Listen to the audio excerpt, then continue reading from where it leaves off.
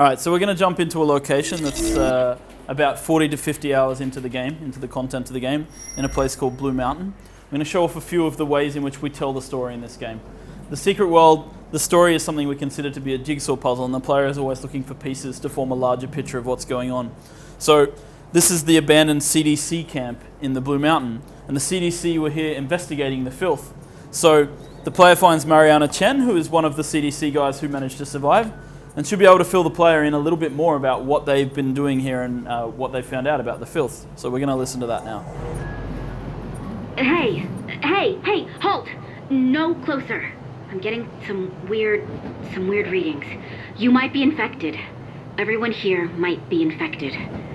I'm with the CDC. I represent the government, so you have to listen to me.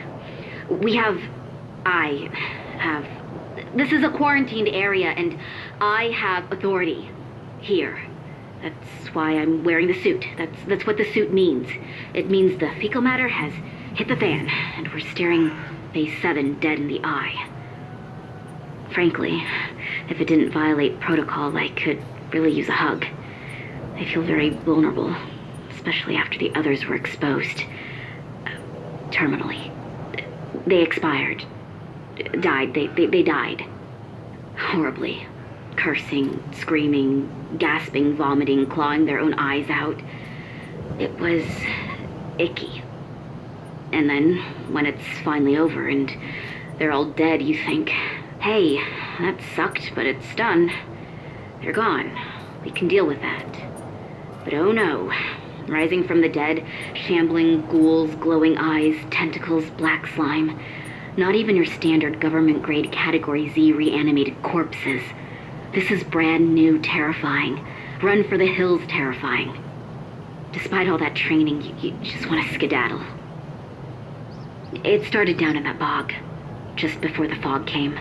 We'd been shipped in to support the Irachi group, not the other way around. I thought with a Democrat in office we were past these kinds of dodgy arrangements. But I guess absolute power corrupts regardless. And absolutely. Just like this Category A agent, the filth. It corrupts absolutely. Body and soul. Yeah, the filth. That's what they call it, for real. How the hell do you work with a name like that, the filth? You're just asking for it. So if I were you, I'd keep my distance. Safety first. Alright, so as the player is exploring the world, searching for these pieces of the story jigsaw puzzle, they'll interact with characters, and the characters don't necessarily share the same agenda as the player. So for example, Mariana Chen, unlike other quest givers that you'll meet in other MMOs, she's not begging you to do something for her. In fact, she's telling you not to go and search for the filth. She's telling you to stay away. But, you know, being who we are, being part of the secret world and having an agenda for our faction, we're going to show you guys a mechanic now whereby you can jump into any computer in the game using our computer interface. The player receives a program at the start of the game called Ghost, which allows them to hack into basically any terminal that they find in the game. And now the Ghost program gives them a command line interface similar to a Linux interface, and you're able to view any files that are on the computer. So we're going to look at the field team, find out a little bit about who was brought here, and we received an ability point when we did that. And we see a little bit of information that's written in pure text form, but we also get a HTML version of the listing, which has been downloaded by Ghost automatically from the CDC website. So if we jump into our mission journal, we can actually click the show image button here and bring up, basically view the page, the web page that we were looking for. So you can find out more information about the CDC and their presence here. So this is kind of one of the ways in which players can interact with the world and pick up more of the pieces of this puzzle. So we're going to head down into the bog now and look for some of these CDC guys who were part of the field team that have gone missing in here. And hopefully in finding them, we'll be able to look into their research and find out more about the filth itself. So the filth has an influence on gameplay, and I was just about to mention that you have to be very careful in this bog and stay away from the water, because you basically start to become infected with filth yourself. And these creatures, they will pull you into the water because they know that this area is volatile and it's their kind of habitat now. So this is wildlife that has been corrupted. In addition to you have several stages of corruption that occurs. So these guys in the water, these are shades. These guys outside of the water but still corrupted and filthy, these are humans who've been infected with the filth. So these guys retain their abilities and their skills. And this guy's wielding fist weapons that he picked up earlier. So you'll see these guys are sort of are kind of the least threatening enemies in this area, and then you have the shades in the water who will pull you out there. Now, we just got our first achievement in the game. So the Secret World has an achievement system, which is quite common in games these days, but our achievement system is tied very directly into the story system. So whenever characters talk to you, a lot of what you're asked to do in the achievement system is things that are sort of mentioned in the stories, but not necessarily explicitly told to you to do.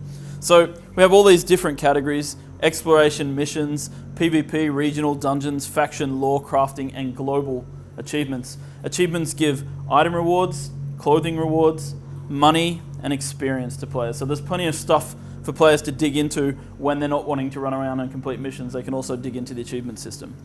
All right, so over on the right here we see a Shade Stalker, which is a creature that's gone into a very advanced stage of being filthified, but we probably will try to avoid that guy and not fight him. And we found one of the CDC members here. This is Mavis Anderson, and we're going to attack her because she's been filthified. You can tell by the black tentacles coming out of her helmet.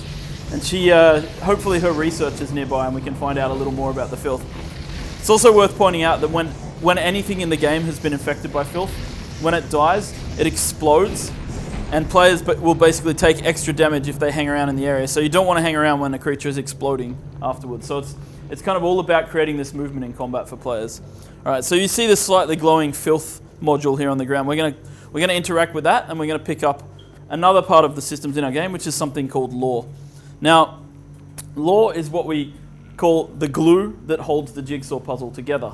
It's the thing that keeps everything sort of making sense for the player. And unlike lore in other games, which is like this encyclopedia kind of approach where, you know, you might be reading about like, oh, you know, this is a race of people in our game, or this area was created in 1924. The lore in our game is a narrative. It's a story being told to the player by a mysterious narrator.